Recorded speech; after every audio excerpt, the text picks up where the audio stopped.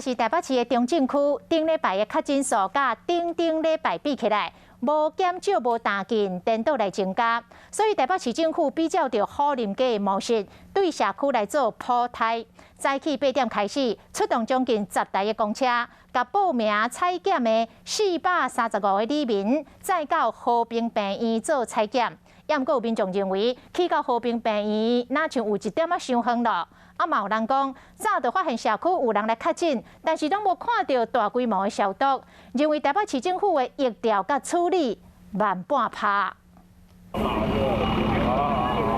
车顶拢是坐车民众，准备要去和平病院和中兴园区做体检。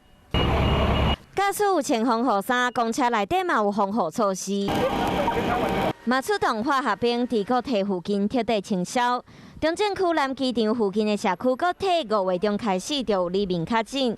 北市府决定比照好林专案，替国体里民扩大体检。不过里民认为防疫的脚步太慢。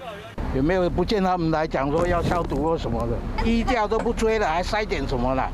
啊，得的人谁知道？台北市政府知道吗？如果这一次不是我们的里长来就追的话，你看看台北市政府知道吗？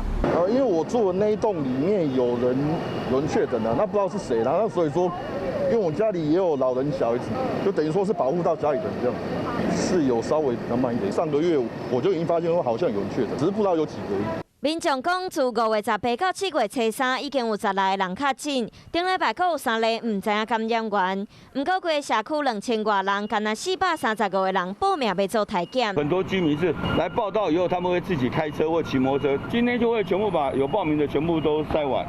那明天会有一些零星的，因为现在还有一些在观望的，早上也跟我讲他想要报名，我们会排在明天早上跟和平医院商量，然后请他们来支援一下这样子。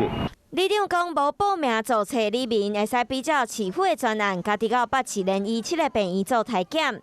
北市府大规模的动作，虽然互民众批评伤慢，不过嘛希望会使赶紧找到感染源来做至温型的传播链。